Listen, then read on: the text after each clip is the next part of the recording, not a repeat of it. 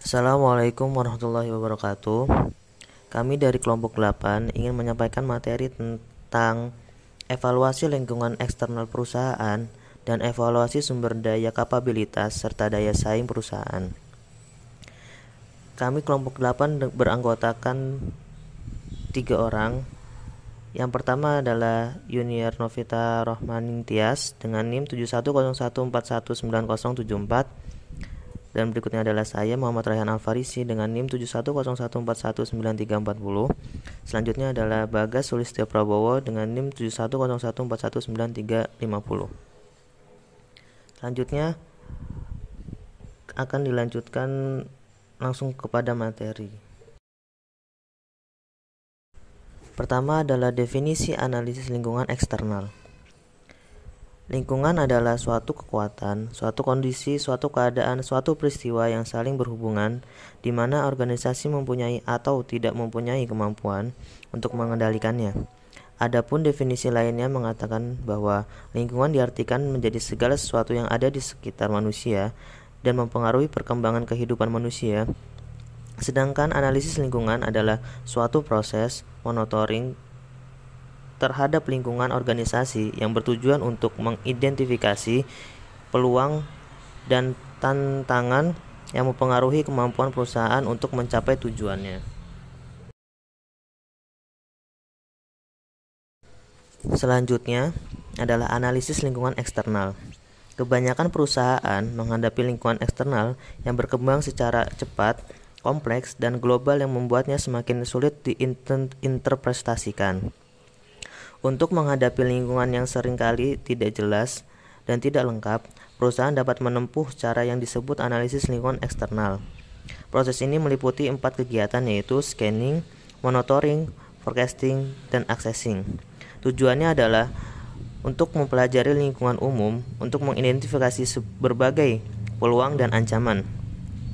Peluang adalah kondisi dalam lingkungan umum yang dapat membantu perusahaan mencapai daya saing strategis, sedangkan ancaman adalah kondisi-kondisi dalam lingkungan umum yang dapat mengganggu usaha perusahaan dalam mencapai daya saing strategis.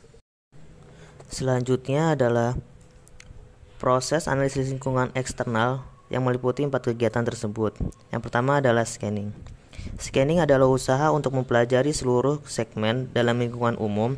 Melalui scanning, perusahaan mengidentifikasi sinyal-sinyal awal perubahan yang mungkin terjadi dalam lingkungan umum dan mendeteksi setiap perubahan yang sedang terjadi. Dengan scanning, analisis secara khusus berhubungan dengan informasi dan data yang tidak jelas, tidak lengkap, dan tidak berkaitan satu sama lain. Kemudian, monitoring. Pada saat melakukan monitoring, para analis mengamati perubahan lingkungan untuk melihat apakah sebenarnya suatu kecenderungan sedang berkembang. Hal penting untuk suksesnya suatu monitoring adalah kemampuan untuk mendeteksi arti dari setiap kejadian lingkungan.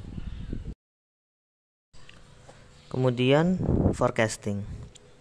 Scanning dan monitoring berhubungan dengan apa yang terjadi dalam lingkungan umum pada suatu waktu tertentu. Saat melakukan forecasting, analis mengembangkan proyeksi tentang apa yang akan terjadi dan seberapa cepat sebagai hasil perubahan dan kecenderungan yang dideteksi melalui scanning dan monitoring.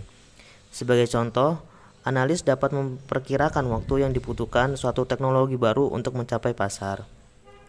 Kemudian selanjutnya adalah assessing.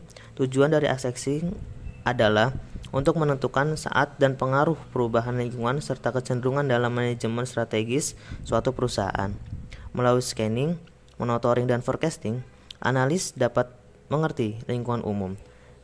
Selangkah lebih maju, tujuan dari assessment adalah untuk menentukan implikasi dari pengertian itu terhadap organisasi.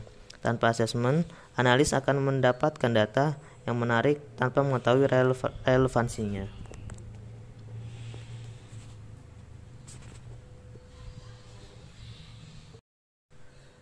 Berikutnya adalah faktor-faktor lingkungan eksternal. Faktor-faktor yang mempengaruhi lingkungan eksternal adalah lingkungan umum, general environment, mencakup elemen dalam masyarakat luas yang mempengaruhi suatu industri dan perusahaan-perusahaan di dalamnya. Elemen-elemen ini dikelompokkan ke dalam segmen lingkungan yang terdiri dari segmen-segmen demografi, ekonomi, politik atau hukum, sosial budaya, serta teknologi.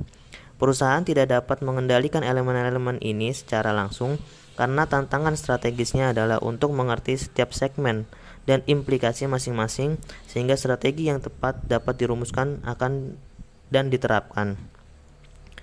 Kemudian lingkungan industri environment.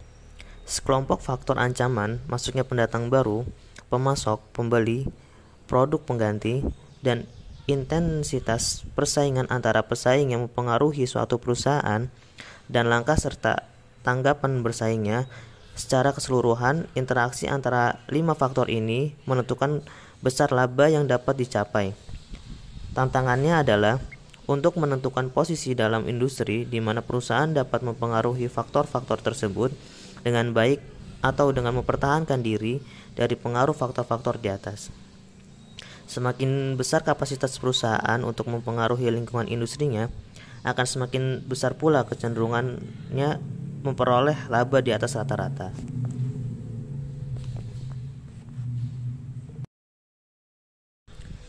Selanjutnya adalah mengevaluasi sumber daya, kapabilitas, dan daya saing perusahaan. Seberapa baik strategi perusahaan saat ini? Dalam mengevaluasi apakah strategi perusahaan berjalan dengan baik atau tidak, dapat dilihat secara jelas melalui strategi apa yang diperlukan. Hal pertama yang diuji yaitu pendekatan kompetitif perusahaan. Berbagai pertanyaan pun muncul terkait dengan pendekatan kompetitif tersebut. Di antaranya adalah, apakah perusahaan berupaya menjadi perusahaan dengan biaya paling rendah atau menekankan pada cara membedakan produk dengan kompetitor. Kemudian, apakah pendekatan kompetitif perusahaan berfokus pada kekuatan sumber daya dan kapabilitas yang mengantarkan nilai lebih baik dibanding kompetitor? Kemudian, apakah perusahaan fokus berusaha untuk pasar yang lebih besar atau hanya pada pasar yang sempit? Strategi yang kedua yaitu apakah perusahaan meliputi seluruh pasar dan dapat mengoperasikan dalam satu bidang industri, misalnya produksi atau distribusi saja, atau mengintegrasikan beberapa di antaranya. Indikasi baik lainnya dari strategi perusahaan adalah usaha perusahaan dalam mengembangkan posisi dan tampilan kompetitifnya.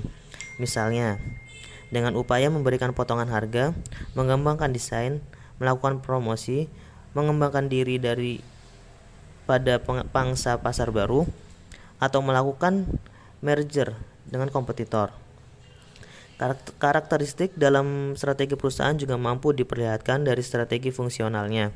Dalam bidang-bidang berikut adalah penilaian dan pengembangan, produksi, pemasaran, keuangan, SDM, dan lainnya.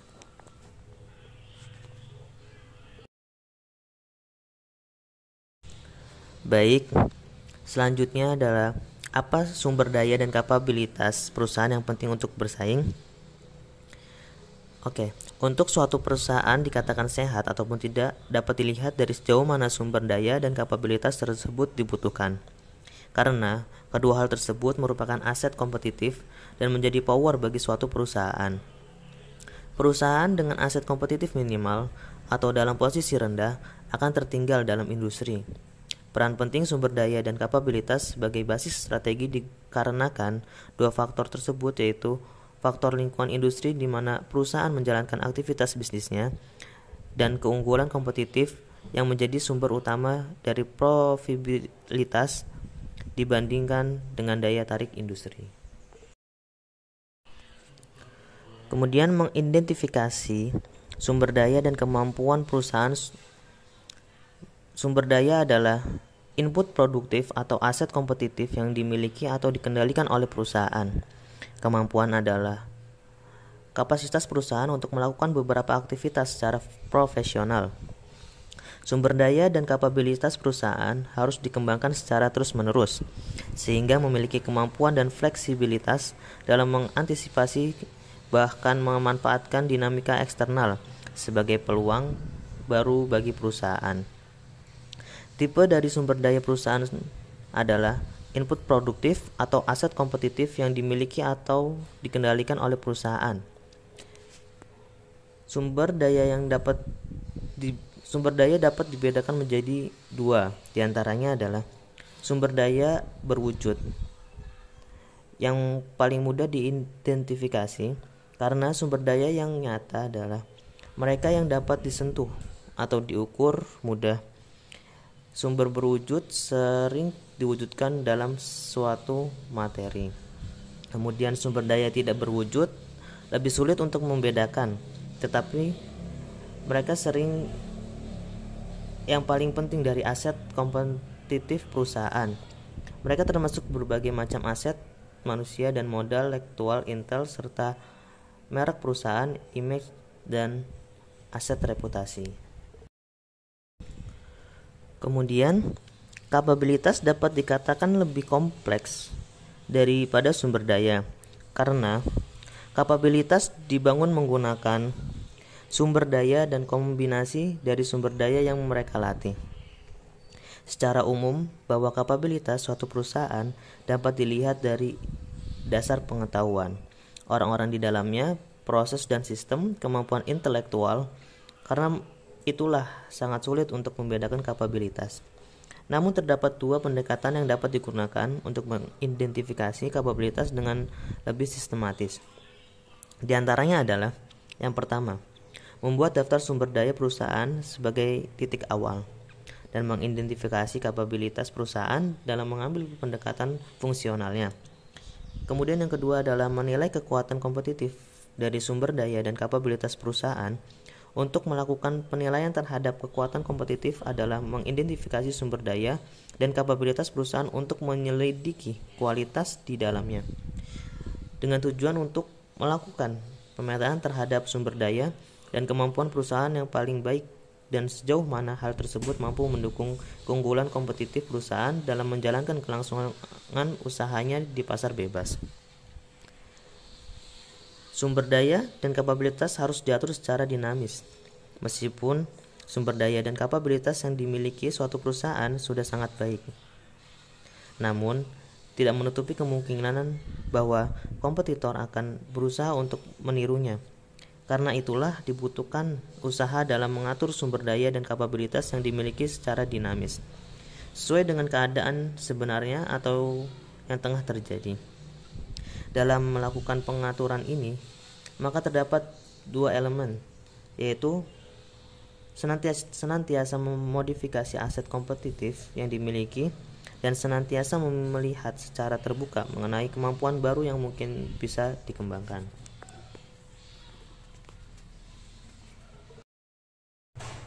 Yang terakhir adalah identifikasi kekuatan internal perusahaan. Kekuatan perusahaan tergantung pada kualitas sumber daya dan kemampuan. Analisis sumber daya dan kemampuan dapat membantu manajer dalam menilai kualitas secara lebih objektif. Untuk menilai kapabilitas suatu perusahaan dapat dibedakan atas kompetensi, core competence, dan distinctive competence. Kemudian, identifikasi kelemahan perusahaan. Kelemahan internal perusahaan dapat berhubungan dengan keterampilan dan keahlian yang rendah, kekurangan dalam aset fisik kompetitif, dan kemampuan kompetitif, dan sebagainya. Kemudian identifikasi peluang pasar perusahaan. Peluang pasar adalah faktor yang paling besar dalam membentuk strategi perusahaan. Tidak semua perusahaan dilengkapi dengan kompetensi untuk berhasil mengejar setiap peluang yang ada di dalam industrinya. Kemudian identifikasi ancaman terhadap probabilitas perusahaan. Ancaman dapat berasal dari munculnya teknologi yang lebih murah atau lebih baik, pengenalan saingan dari produk baru atau yang ditingkatkan, masuknya biaya yang lebih rendah dari pesaing, peraturan baru yang lebih memberatkan kepada perusahaan, dan sebagainya. Demikian penyampaian materi mengenai evaluasi lingkungan eksternal perusahaan dan evaluasi sumber daya, kapabilitas, serta daya saing perusahaan dari kelompok kami. Kurang lebihnya mohon maaf. Wassalamualaikum warahmatullahi wabarakatuh.